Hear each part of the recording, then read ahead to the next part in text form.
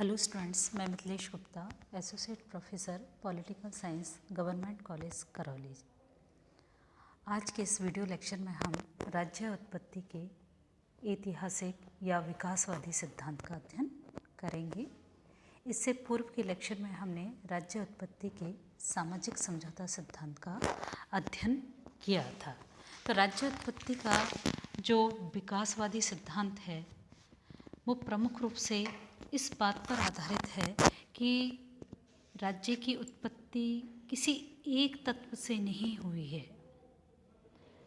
इसका प्रमुख मान्यता क्या है? एक तत्व के द्वारा नहीं, बल्कि इसकी उत्पत्ति में अनेक तत्वों का योगदान है, जिनमें प्रमुख रूप से मूल व्यक्ति की मूल सामाजिक प्रवृत्ति, रक्त संबंध, धर्म, शक्ति, आर्थिक चेतना, राजनीतिक चेतना, इन सभी के द्वारा सामूहिक रूप से राज्य का विकास हुआ है।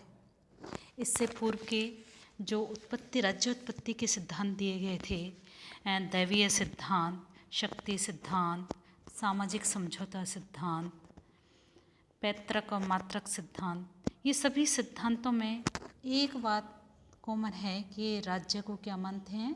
कृत्रिम मानते हैं कि राज्य की उत्पत्ति एकाएक ही हुई है।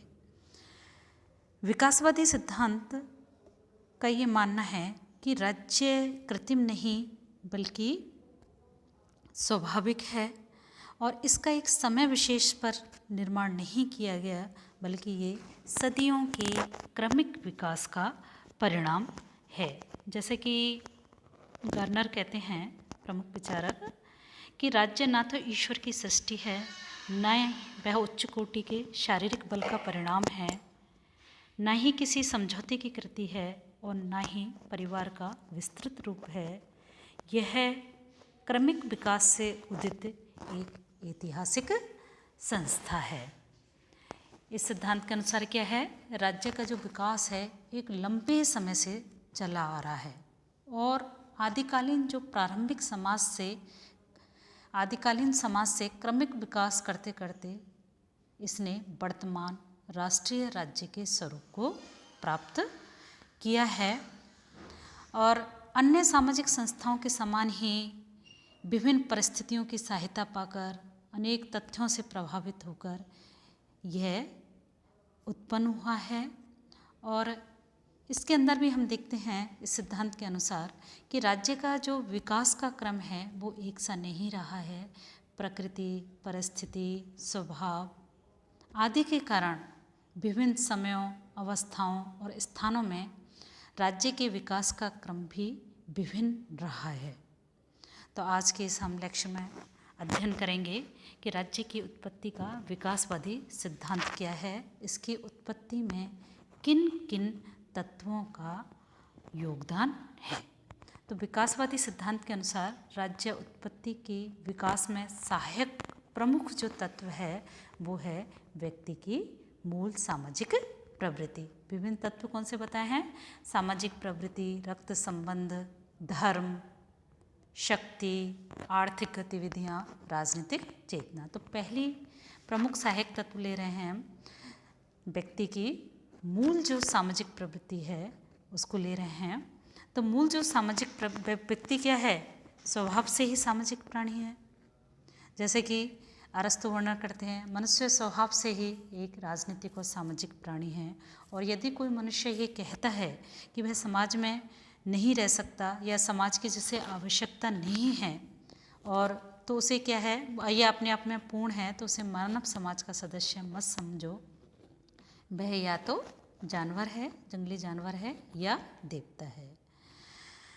तो इस सिद्धांत के अनुसार क्या है? मनुष्य एक स्वाभाविक रूप से सामाजिक प्रवृत्ति वाला है, सामाजिक प्राणी है और ऐसे मूल सामाजिक प्रकृति वाले मनुष्य जब साथ साथ रहते हैं तो सामाजिक और राजनीतिक जीवन की अनेक पेचीदगियाँ, परेशानियाँ जो हैं वो सामने आती हैं और इन समस्याओं के सहज स्वाभाविक हल के रूप में स्वतः ही राज्य का उदय होता है। और इनका मानना है विचारकों का कि मानव जीवन प्रारंभ में क्या था? सरल था, इजी था तो राज्य का स्वरूप भी सरल था, और जैसे जैसे मानव जीवन जटिल होता गया वैसे वैसे राज्य के जीवन में भी व्यापकता और जटिलता आती गई। तो पहला मूल तत्व है इसकी उत्पत्ति में, वो है मूल व्यक्ति की मूल सामाजिक प्रवृत्ति। राज्य के विकास में दूसरा सहायक तत्व है रक्त संबंध। तो रक्त संबंधों ने किस प्रकार से, यहाँ हम देखते हैं कि सामाजिक संगठन का जो प्राचीन रूप है वो रक्त संबंध पर आधारित था, और रक्त संबंध एकता का प्रथम, या हम कह सकते हैं दृढ़तम बंधन रहा है। परिवार जो है प्राचीनतम और निकटतम रक्त संबंध की इकाई था। शुरुआत में हम देखते हैं व्यक्ति क्या था, परिवार में रहता था, परिवार से ही कुटुंब बने, कुटुंब से ही कुल बने। जनसंख्या की वृद्धि होती है, जनसंख्या की वृद्धि के कारण कुटुंब का आकार बढ़ता जाता है, जाति और कुल बन जाते हैं, और तब एक समाज का जन्म होता है।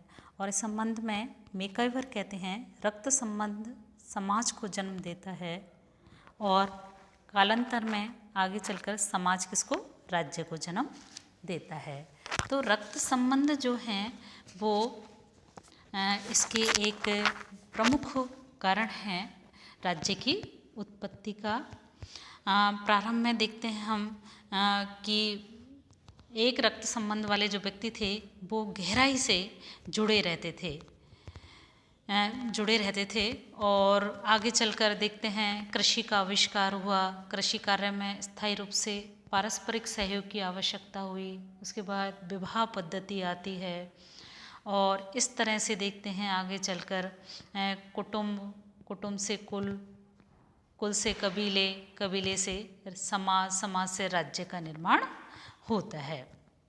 और जो इस तरह से जो रक्त संबंध है, रक्त संबंध ने भी राज्य उत्पत्ति का एक महत्वपूर्ण सहायक तत्व के रूप में हमारे सामने आता है। तीसरा सहायक तत्व है राज्य उत्पत्ति में, वो है धर्म। धर्म यहाँ देखते हैं रक्त संबंध की भांति ही धर्म भी है जो है वो राज्य की स्थापना में महत्वपूर्ण योगदान रहा है इसका। राज्य के विकास कार्य में रक्त संबंध और धर्म क्या है, परस्पर घनिष्ठ रूप से संबंध रहे हैं। एक ही सिक्के के कहेंगे, एक ही वस्तु के ये दो पहलू हैं। दोनों ही परिवार और कबीलों को परस्पर जोड़ने का कार्य किया है, दोनों ने ही। धर्म ने क्या है, कुटुंब को एकता के सूत्र में बांधा, और जो लोग एक ही रक्त संबंध से जुड़े हुए थे उनके कुल देवता भी एक होते थे, और जो प्रारंभ में क्या थे, अधिकतर पुरखे, उनके जो पुरखे होते थे वही उनके देवता होते थे, उनकी पूजा उनके द्वारा की जाती थी। उस समय क्या है, धर्म ही कानून था, धर्म से ही शासन व्यवस्था का संचालन होता था, और धर्म ने जो है प्राचीन काल में असभ्य मनुष्यों को जो है सभ्यता प्रदान की। धर्म ने व्यक्तियों को राजनीतिक रूप से संगठित किया, उन्हें आज्ञा पालन और अनुशासन का पाठ पढ़ाया। तो इस तरह राज्य के विकास में धर्म का यह महत्व केवल प्रारंभिक समाज तक ही सीमित नहीं है, वर्तमान भी हम देखते हैं अनेक राज्य, अनेक देश जो हैं वो धर्म पर आधारित हैं। धर्म और राजनीति में वहाँ गहरा संबंध है, राजनीति क्या है, धर्म पर आधारित है, और इस तरह से देखते हैं कि राज्य के विकास में धर्म का भी महत्वपूर्ण योगदान रहा है। नेक्स्ट जो तत्व है वो है शक्ति। शक्ति ने किस प्रकार से राज्य उत्पत्ति में सहयोग दिया, यहाँ देखते हैं। मनुष्य की क्या है मूलभूत प्रवृत्ति क्या होती है, दूसरे पर आधिपत्य स्थापित करना। संघर्ष और आक्रमण की प्रवृत्ति मनुष्यों की मूलभूत प्रवृत्तियों में से एक है। मानवीय विकास के प्रारंभिक काल में देखते हैं इस तरह की जो प्रवृत्ति वो ज़्यादा थी।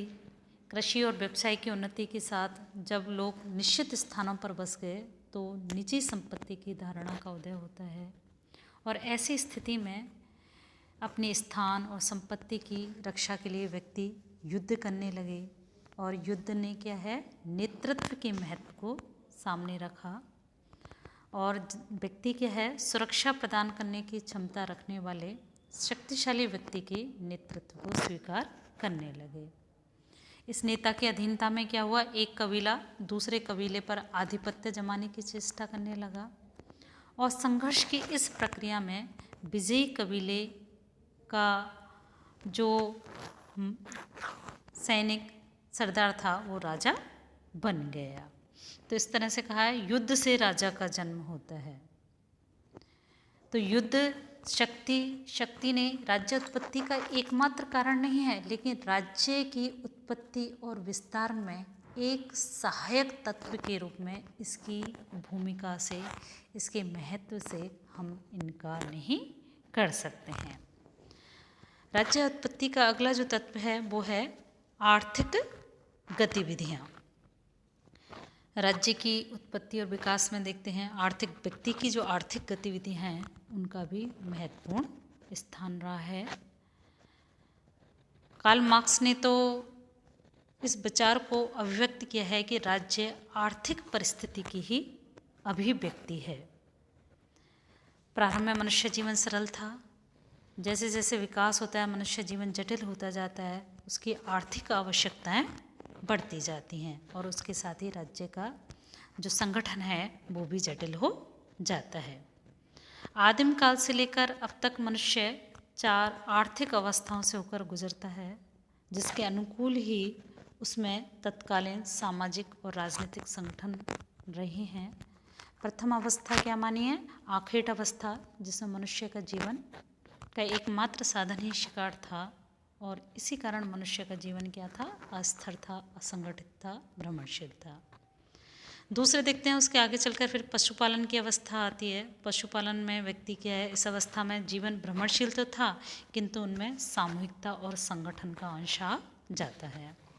तृतीय अवस्था में देखते हैं कृषि अवस्था आती है। कृषि अवस्था में जीवन का आधार क्या होता है, कृषि हो जाता है और मनुष्य एक निश्चित स्थान पर स्थायी रूप से रहने लगते हैं और इसमें निजी संपत्ति का उदय होता है, समाज में वर्ग पैदा हो जाते हैं, संघर्ष बढ़ जाते हैं। ऐसी स्थिति में क्या होता है, कानून, न्यायालय, राजनीतिक सत्ता की स्थापना होती है। चौथी अवस्था में क्या होता है, औद्योगिक अवस्था आती है, जिसमें आर्थिक जीवन के जटिल और विशाल ढांचे ने राष्ट्रीय राज्य को जन्म देते हैं और इस प्रकार हम देखते हैं कि आर्थिक विकास के साथ साथ मनुष्य के राजनीतिक संगठन में भी परिवर्तन हुए हैं और राज्य के विकास पर आर्थिक गतिविधियों के प्रभाव को हम स्पष्ट रूप में देख सकते हैं। और अंतिम जो सहायक तत्व है राज्योत्पत्ति के ऐतिहासिक या हम कहेंगे विकासवादी सिद्धांत के अनुसार वो है व्यक्ति की राजनीतिक चेतना। राजनीतिक चेतना से तात्पर्य क्या है, उन उद्देश्यों की प्राप्ति के लिए जागरूकता जिनके हेतु राज्य की स्थापना की जाती है। तो राजनीतिक चेतना क्या है, राज्योत्पत्ति का एक महत्वपूर्ण सहायक तत्व है। गिलक्राइस्ट क्या कहते हैं, राज्य निर्माण के सभी तत्वों में जिनमें रक्त संबंध, धर्म सभी सम्मिलित हैं, राजनीतिक चेतना ही सबसे मुख्य तत्व है। जब व्यक्ति किसी निश्चित प्रदेश स्थान पर बस जाते हैं और उनके द्वारा अपनी आजीविका के स्थायी साधन प्राप्त कर लिए जाते हैं तो स्वाभाविक इच्छा होती है कि लोग उनके साधनों को न हड़प लें। फलते क्या होता है, नियमों की आवश्यकता होने लगती है और ये नियमों की आवश्यकता महसूस करना ही क्या था, राजनीतिक चेतना का मूल था। प्रारंभ में जो राजनीतिक चेतना थी वो अप्रकाशित, हम ये कह सकते हैं अव्यक्त थी और धीरे धीरे ये क्या होती है, व्यक्त होने लग जाती है। शासन, अनुशासन, युद्ध आदि के लिए राजनीतिक संगठन की आवश्यकता और ज़्यादा बढ़ जाती है और इस तरह से देखते हैं शासन और कानून का जन्म होता है, राज्य का मूर्त रूप सामने आता है और वर्तमान समय में भी राजनीतिक चेतना जो है राज्य के विकास में सक्रिय है और इसी आधार पर जो है हम देख रहे हैं राज्य का निरंतर विकास हो रहा है। तो इस तरह से हमने आज राज्य उत्पत्ति के विकासवादी सिद्धांत का अध्ययन किया और इस सिद्धांत का मूल क्या है, ये कहता है राज्य किसी एक निश्चित समय में प्राप्त नहीं किया गया बल्कि ये निरंतर और क्रमिक विकास का परिणाम है और इस विकास में किसी एक तत्व का नहीं बल्कि अनेक तत्वों का योगदान रहा है। और अनेक तत्वों में कौन कौन से महत्वपूर्ण तत्व हैं? रक्त संबंध है, शक्ति है, व्यक्ति की मूल सामाजिक और राजनीतिक प्रवृत्ति, यह हम कहेंगे चेतना है, आर्थिक गतिविधियां हैं, धर्म है, रक्त संबंध हैं। ये सारे के सारे इन तत्वों ने राज्य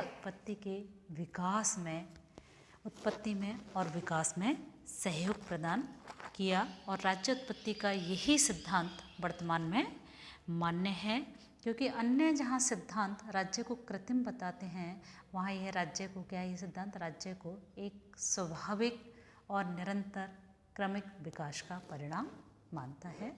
धन्यवाद।